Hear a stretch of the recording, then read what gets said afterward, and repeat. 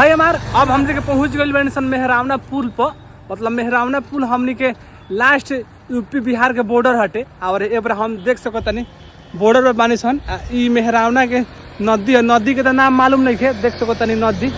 ऊ बगल बाटे यूपी, ई बगल बा बिहार। हमार सचिन बाबू बाड़न, सचिन बाबू बहुत एकदम जुनूनी आदमी बाड़न। तनियो से थके होल के नाम नहीं खोले। कैसे लागता तारा? एकदम बहुत अच्छा लगता नु बहुत अच्छा। और यही तो हम तक जोश बरकरार रखे और जोश बरकरार रखे के बाटे। राहुल पसीना देख ली लो, राहुल बाबू के पसीना देखो। 40 किलोमीटर रनिंग हम कंप्लीट कर ले बनी सन। आगे देखो तनी सर का होता वो सब वीडियो में बना रही और वो सब के सब देखेंगे। राहुल बाबू के पूरा भीज गइल बा, भीज गइल बा पूरा, देख सको तन। ई हटे मेहरावना के नदी, मालूम नहीं है नदी। भाई हमार आज हमनी के एगो धर्मशाला बाटे मेहरावना। चाचा मेहरावना जगह हो ना, इहे चाचा हमनी के रखवावत नहीं आज। इहे चाचा के बहुत बहुत धन्यवाद कि हमनी के इतना मेहनत करतनी। घर से जातनी सीकड़ लिया जो हमनी के अच्छा से रखे और गेट उल के ताला उल मार के पूरा जिम्मेवारी को हम लेतनी। और बहुत अच्छा लागल। देख सको तनी हम सब यहीं में रात के सुतम सन और फिर सुबह में रहुआ सबके अपन आगे वाला काम बा करम सन। वो सब वीडियो में बनल रही। आई चाचा के बहुत बहुत धन्यवाद कि हमने के इतना सपोर्ट करी।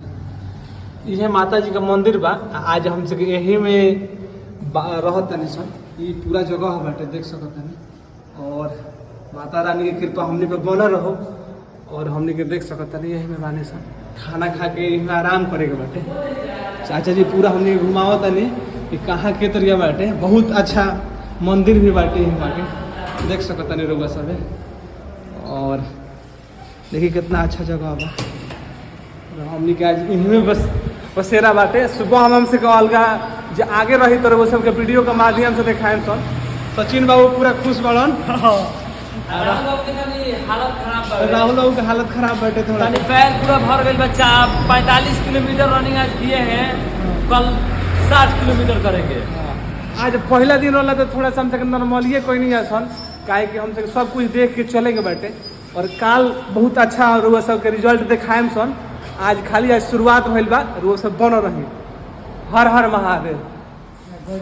और फिर भाई हम तक जहाँ रुकल बनी सन एगो बड़ भैया आयल बनी, तुलसी भैया यहाँ के नाम बाटे। पूरा हमने के सपोर्ट करते हैं। जौन हमने के लागत है वो कहनी है रुआ सब के नंबर लेनी है। कहनी है कि रात में कोनो दिक्कत हुई तो हमरा सब रात सही नहीं है। हाँ यहाँ नहीं कोई भी दिक्कत हुई तो आप लोग एकदम कॉल करें, नंबर तो मिलिए गिल बटे। अच्छा नो वो लोग के खाना पीना के कोई ना खाना लिया खा ले। हाँ एकदम बिछाना छाना कोई दिक्कत होगा तो करिए। ठीक है।